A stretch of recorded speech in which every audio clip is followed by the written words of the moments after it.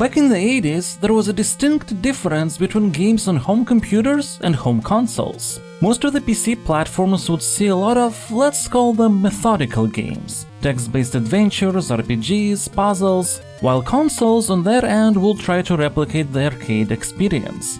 It's weird to think about this now, but back in 1985, while there were side-scrollers of course, you wouldn't really find a game like Super Mario Bros. On computers. They simply didn't have the technology to smoothly scroll the screen like that within the resource limits. Games of that genre were mostly based on switching environments screen by screen. But also on a platform like NES, until much later you wouldn't find a game like King's Quest, featuring a pretty large and for its time detailed open world full of various characters to talk to and puzzles to solve. But 1986 saw the release of the first Legend of Zelda, a game that would bring that computer open world experience to consoles, more specifically the Nintendo Entertainment System. The Legend of Zelda wasn't a platformer, it didn't feature a limited life system, nor was it about pure action and reflexes. This game would permanently save your progress and would put you in a world full of secrets to discover and little puzzles to solve, among some fighting of course. And this concept was so fresh for the audience that it has led to a new video game series being born, probably one of the most known out there. In many ways, The Legend of Zelda is the quintessential video game franchise, and today we'll discuss the game that started it all. Now, there have been a lot of re-releases throughout the years, but by and large they differ only in translation quality, which is a bit better in the later versions. But since everything else is pretty much the same, this video will be based on the original game for NES. My name is Stanislav Costiuc, I am a game designer, and this is my review of The Legend of Zelda. As always, we'll dissect the game using my Stasocritic system, starting with the first category, design.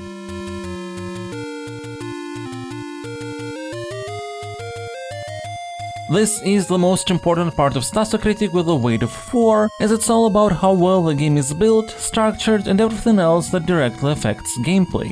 In The Legend of Zelda, the developers wanted to recreate the sense of wonder you get by discovering things. This puts exploration as the core pillar of the experience. The question is then, what do you discover and why would it push you to explore more? Well, you find treasures that make you stronger so you could venture into more difficult areas to discover something there, and so on until you're powerful enough to beat the game. Thus we get the core loop of Zelda: explore, discover, empower. The starting location is a perfect example of that loop. You stand in the field, the first thing you do is look around and see an entrance to a cave. Naturally, you go inside and find an old man. He warns of the dangers you will encounter and gives a sword to deal with them. Explore, discover, empower. And that sort of stuff is what you will keep doing throughout the entirety of the game, really. Being free to go anywhere you'd like from the get-go, with only a couple places out of reach without certain items, including the final dungeon for which you need to collect all the Triforce fragments. But the overall structure is very freeform. You can complete most of the dungeons in any order you desire, or rather any order you find them in, which is something that really promotes just looking around and searching for secrets. And there are a lot.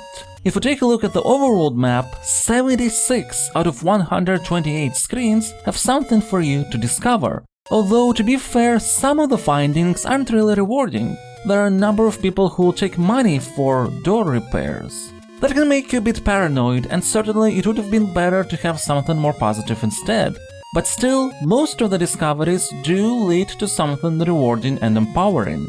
That empowerment doesn't manifest only in additional health and better weapons, but also extra tools, resources, and even hints. All that helps with exploration, either by making you stronger to deal with enemies you couldn't before, providing alternative paths or ways to reach new places, or figuring out how to find certain secrets. And despite having this reputation of being an obtuse game you wouldn't be able to complete without a guide, The Legend of Zelda actually has a wide network of hints that makes sure everything mandatory for the game's completion is referenced alongside a number of more optional things. And if that is not enough, the game's manual holds more information for you, to the point that there is a map which you're free to continue filling up as you explore.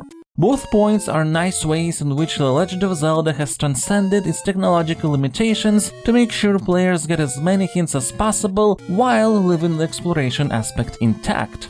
To be fair, it is real unclear what grumble is supposed to mean, but for me that was the only reason to get a guide. Some say that the eastmost peninsula hint is useless as it doesn't refer to anything, but by drawing on my map I actually realized what the peninsula was and managed to find quite a nice reward there.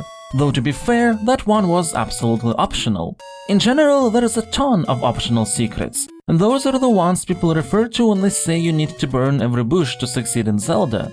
Only that's not true, you don't need to, but you can. And while most secrets of this sort are unmarked and unhinted at, there are so many of them that if you've got a hunch, chances are high you will find something. Of course, even though nobody blocks you from going wherever, you do have to be prepared to deal with the dangers encountered. The very start of the game is also a lesson in that. You can ignore the cave if you'd like, but then you would need to constantly avoid getting hit by enemies and find alternative means to defeat them when necessary. So soft progression does exist in the form of enemy difficulty. These are all enemies that you can meet in the overworld, alongside their respective health, attack power, and special abilities. Based on that, we can sort of apply an abstract difficulty level to each one. And now, after we place these types of enemies all across the overworld area, we can see how gradually the difficulty increases as we venture deeper. There are some weird curiosities. For example, the pathway to Dungeon 1 has a very big difficulty spike near the entrance. This doesn't pose too big of a problem as people tend to just run by, however some may be deterred and think this is a place to come back to later. Another weird thing is that Dungeons 7 and 8 are located within much easier areas than Dungeon 6, which is in the most dangerous corner of Hyrule, not far from Ganon's hideout. This is actually represented within the difficulty of the dungeon itself. If you try to complete it as per the numerical order provided by the game, you will encounter a huge difficulty spike that is not there if you do levels 7 and 8 first. But honestly, even if you do tackle level 6 last, it is still an overkill, which is a good opportunity to talk about dungeons. Unlike the overworld, the core pillar in the dungeons is not exploration, but combat. They are sets of arenas where in most cases you have to defeat all enemies to progress, so a door would open, an item would appear, or a hidden switch could be pushed. That being said, dungeons still do utilize the same explore, discover and power loop, albeit at a different pace. After all, your goal is to explore the dungeon and find treasures within that will help you reach the Triforce piece. But comparatively speaking, you have to explore more before finding something. And the results of said discovery don't necessarily lead to empowerment, but also stuff like keys that lead back to more exploration. So from this perspective, dungeons are a perfect pace changer to the overworld, where you follow the same core loop in principle, but by wrapping it around a different pillar, it adds variety.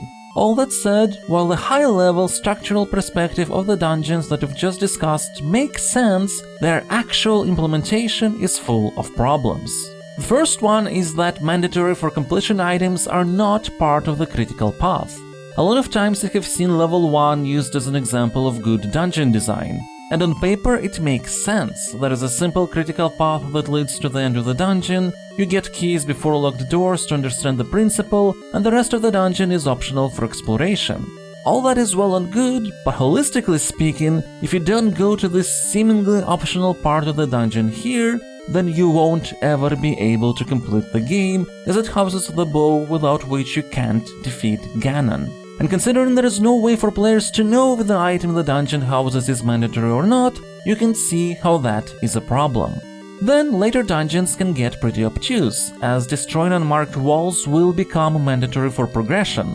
At least level 5 has a specific room to teach that this is gonna start happening, but it doesn't help much.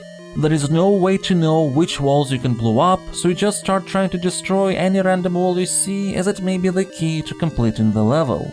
This is only but some of the reasons why the design of dungeons is pretty haphazard. They all form interesting shapes, but beyond that there is just too many things that make it seem they had much less thought put into them than the overworld. For example, to beat level 2 you really have to just walk in a straight line. This means that there is no real need to unlock any doors, so you can actually use this level for collecting keys. And even if you do open all locked doors, you will still have a spare key left to use in another dungeon. And better keep on to that key, as if you get to dungeon 4 without any, you can potentially open doors in such an order that you get stuck. So you will need a key from some other place, which doesn't necessarily mean another dungeon, as a number of shopkeepers actually sell keys. You can buy a bunch of them in advance if you want. And one of the treasures you can find is a magical key that opens any locked door, thus removing the need to collect simple keys at all. Honestly, these mechanics make it feel like the game itself doesn't entirely believe in dungeons, giving you options to straight up skip a bunch of combat encounters, some of which can get really insane. Remember the difficulty of level 6 I mentioned? The dungeon is full of rooms that have like-likes that eat your shields, alongside 2 types of wizrobes that keep teleporting all over the place. Many of such rooms are on the critical path, and even if you are as fully equipped as possible for these encounters, you will perish a lot. But to be fair, this type of challenge maybe would have been fine if the core mechanics of The Legend of Zelda were implemented in a better way than just acceptable. Link can walk in precisely 4 directions, which is fine for exploration but excruciating in combat where you need to avoid getting hit while moving into position to kill the enemy. Dark nuts can be damaged only from the back, and this type of weakness makes them one of the most annoying enemy types in the game. Boomerang helps a bit, but considering the amount of enemies on screen at a time, it rarely removes frustration. In addition, sword hits have to be very precise, as you thrust it in a straight line. There is some leeway in how pixel perfect a hit has to be, but it is clearly not enough, so you have to fiddle a lot to strike. When you have full health, your sword shoots beams, but it takes time for the beam to travel, and there can be only one on screen at a time. And if the enemy moves to another position, it can take a variable amount of seconds before you can try again, as you need the beam to collide with something before you can shoot another one. And with the craziness that starts happening in later dungeons, it is really tricky to keep your health full for sword beams to be possible in the first place.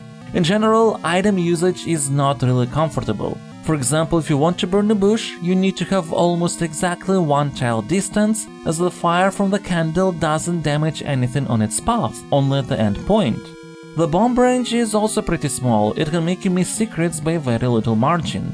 And don't get me started on the accidental uses of the ladder. This array of uncomfortable mechanics can transform the game into a chore to play, especially combat.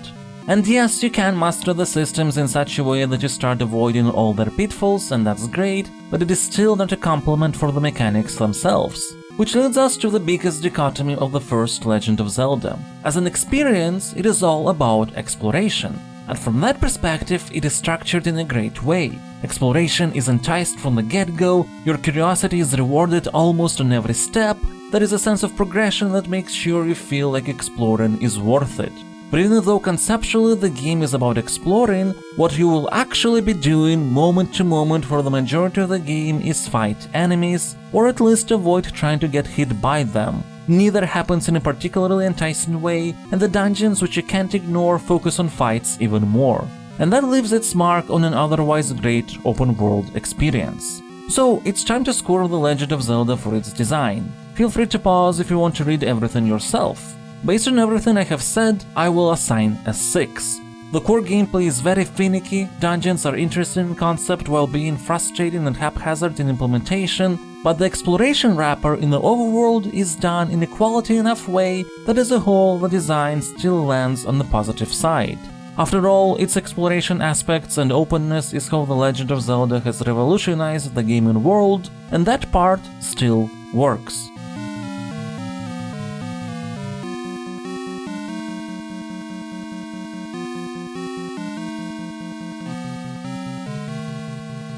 Now let's get on to the next category, context.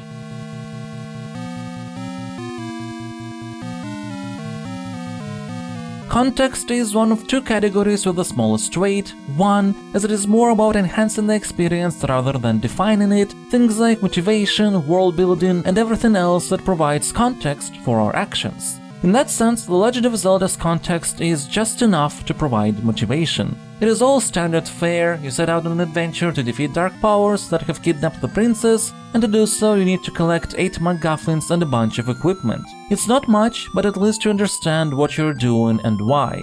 The manual provides some extra flair, but it really is not necessary for understanding what is going on. It features Impa as an additional character, but she bears no real importance here. There are practically no characters that do, really. Everything is about function.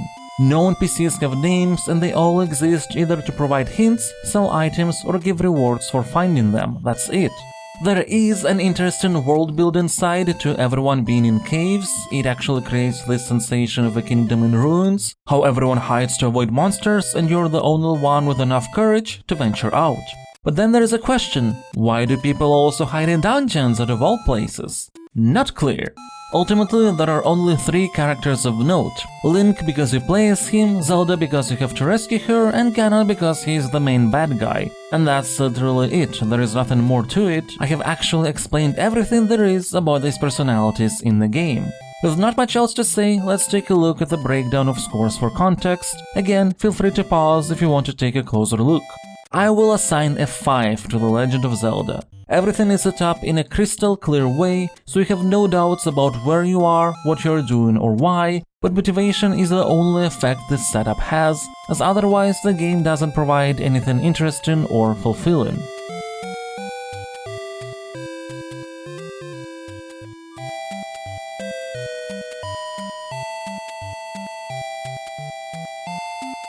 Now let's move on to aesthetics.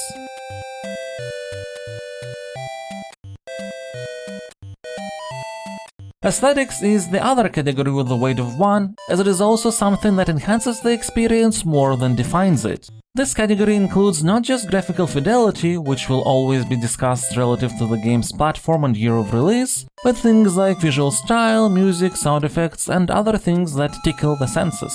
I know that back in the day The Legend of Zelda was lauded for its graphics, but honestly to me it doesn't look or flow that great even when compared to many other NES titles of its time. One reason is the scale of objects. It feels weird to have pretty much everything feel the same tile size, be it a tree, grave, rock, cliff, or any of the monsters. There are exceptions of course, and the screens that have those tend to be the best looking. But even they don't help the fact that the sprite work as a whole is very repetitive. Now, it is understandable that on NES every bit of space on cartridge counts and you reuse everything to the max, but I believe it will be better to sacrifice some of the tiles that are shown very rarely, like these different types of eyes above dungeon entrances, and maybe some of these ornaments that aren't used that much either, to introduce variety that is so sorely needed. When it comes to music and sound effects, the game fares much better. The title screen is appropriately epic to make it feel like you're gonna go on a grand adventure.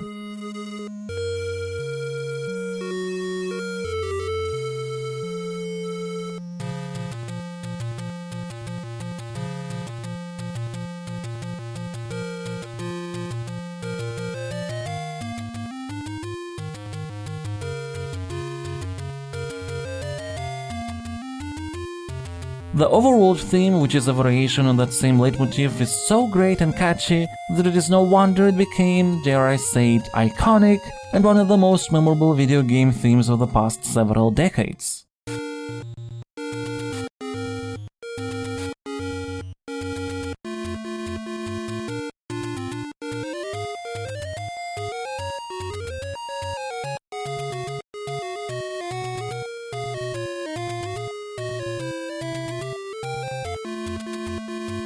Dungeon music is representative of the ominous feeling these underground locations inspire.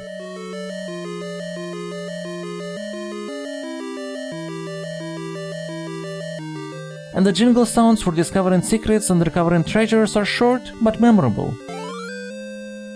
Here is the breakdown of scoring for aesthetics, and based on it, I will assign a 6. The game doesn't look great, but the music and sounds, while not numerous, still create the appropriate atmosphere that is enough to keep the experience on the positive side of our senses.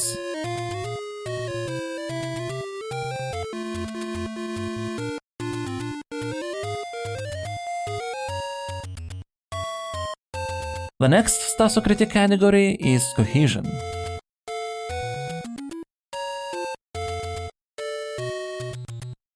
Cohesion has a weight of 2 and is all about how the game connects all its elements together to create something wholesome. Mind you, this doesn't mean that to feel truly cohesive a game needs to be realistic and hide all its gamey elements, but that the elements that are there should be combined together well and preferably play off each other. Here we'll definitely have to deal with the fact that The Legend of Zelda is a product of its time. Like many games of old, it does a lot of things just because it's a game. Why does fire and arrows cost money? It's a game. Why do candles set out giant flames that can even burn trees? It's a game. Why do you shoot out sword beams when health is full? It's a game. Why does a switch work only when all enemies are dead? It's a game.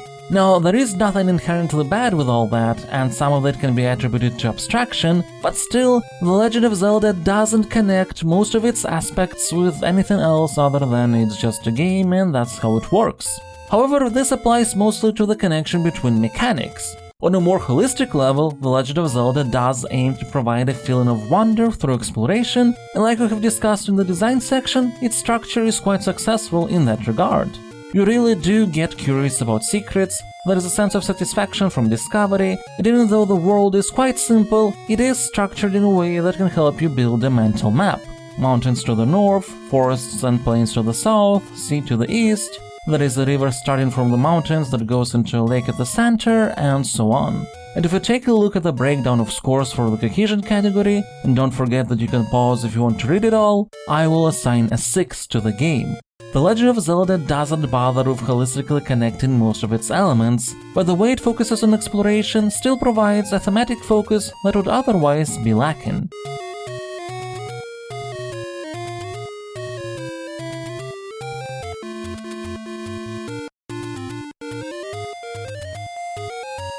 We get to our final category, emotions.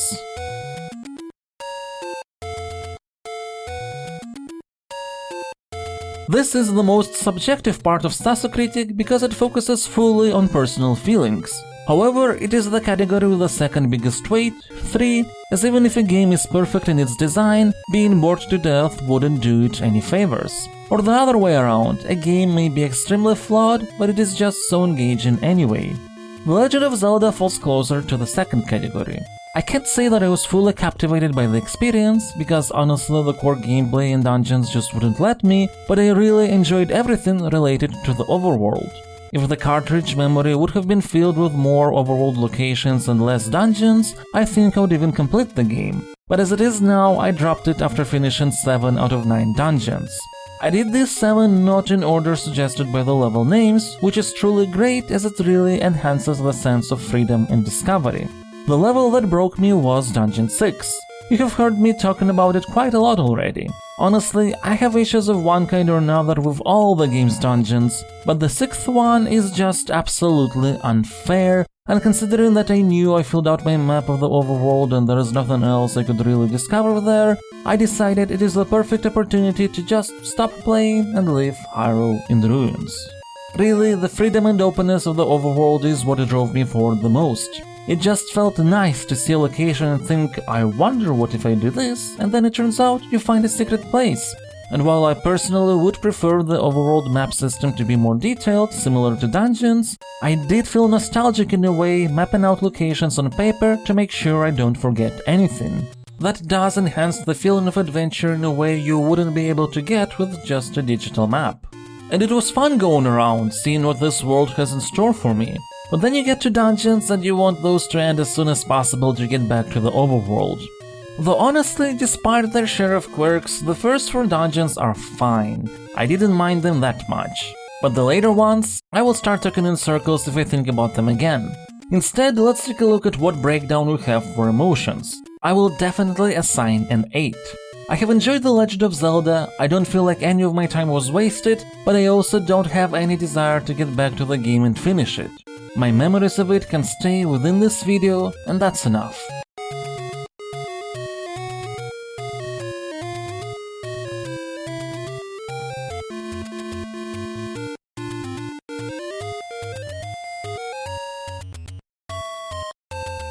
When all the scores and weights are taken together, the first Legend of Zelda gets a Stasocritic rating of 61, which in the context of my scoring system is not bad at all. It means that it's a nice, enjoyable game. It's just that at this point its value is mostly historical, and I would recommend it only to people who are interested in gaming history or Zelda fans who want to see how the franchise started out. But still, for its time, this was an achievement. From the design standpoint, there is definitely value in how The Legend of Zelda tackles exploration, and it is something modern designers can still use as inspiration. Well, Breath of the Wild developers did precisely just that. The rest in the original Zelda is just fine. But still, even nowadays, the game can be considered a pretty solid start to a journey that has lasted more than 3 decades, and I'm sure will last at least 3 more.